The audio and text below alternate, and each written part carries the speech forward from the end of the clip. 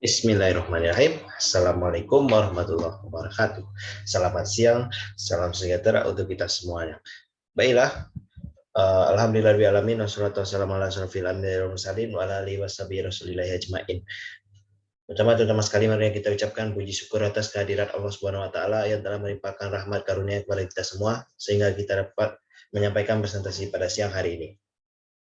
Baiklah, saya tidak akan banyak kata mukadimah, langsung saja perkenalkan diri. Nama saya Habib Fitra Novian, NIM 20042210, dosen Bapak II Permana STNT dengan mata kuliah Manajemen Sumber Daya Manusia Sektor Publik. Kode mata kuliah 2021 1042 0092. Baiklah, kita lanjutkan ke slide yang pertama.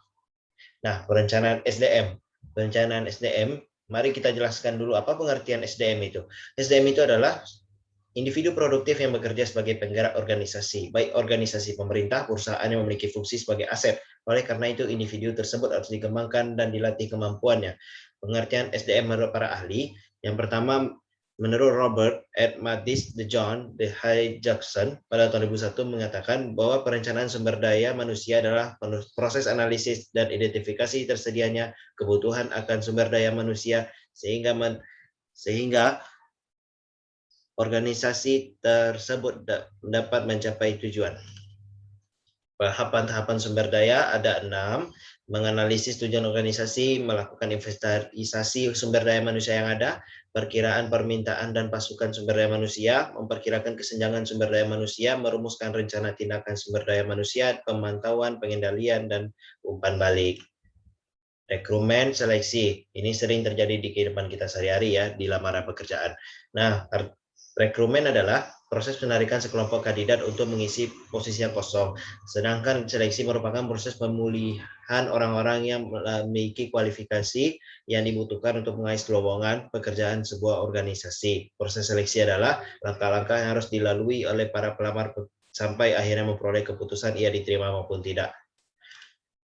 Beberapa instrumen yang dilakukan dalam seleksi: A. Surat rekomendasi, B. Format borang lamaran, C. Kemampuan, D. Potensi akademik, E. Tes kepribadian, F. Tes psikologi dan wawancara.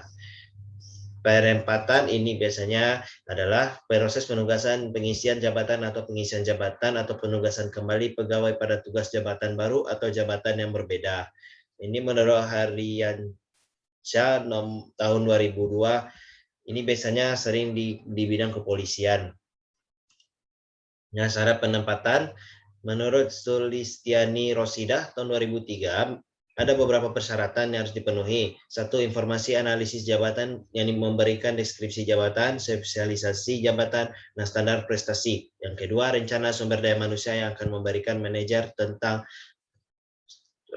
tersedia tidak lowongan pekerjaan di suatu instansi.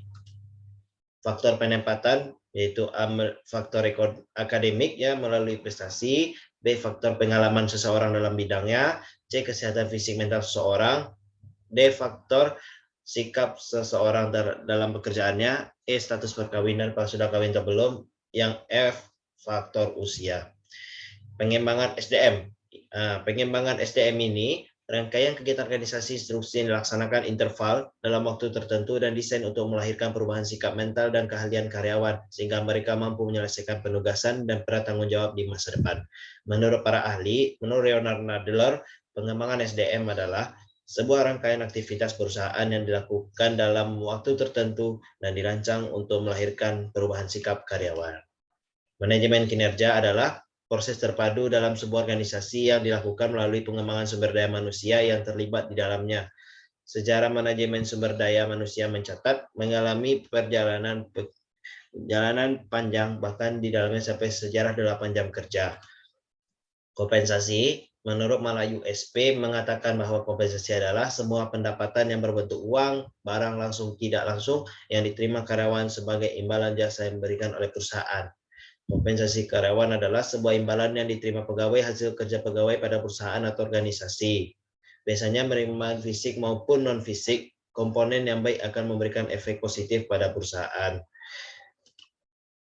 Pemberhentian atau PHK. Nah, ini yang terjadi pada saat sekarang ini. Undang-Undang Nomor 13 Tahun 2003 Pemberhentian atau pemutusan hubungan kerja adalah pengakhiran hubungan kerja karena suatu hal tertentu yang mengakibatkan berakhirnya hak dan kewajiban antar pekerja dan pengusaha.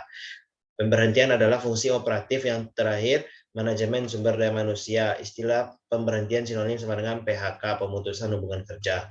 Yang selanjutnya, fungsi pemberhentian harus mendapat perhatian yang serius dari manajer perusahaan karena telah diatur oleh undang-undang dan memberikan risiko bagi perusahaan maupun untuk karyawan yang bersangkutan.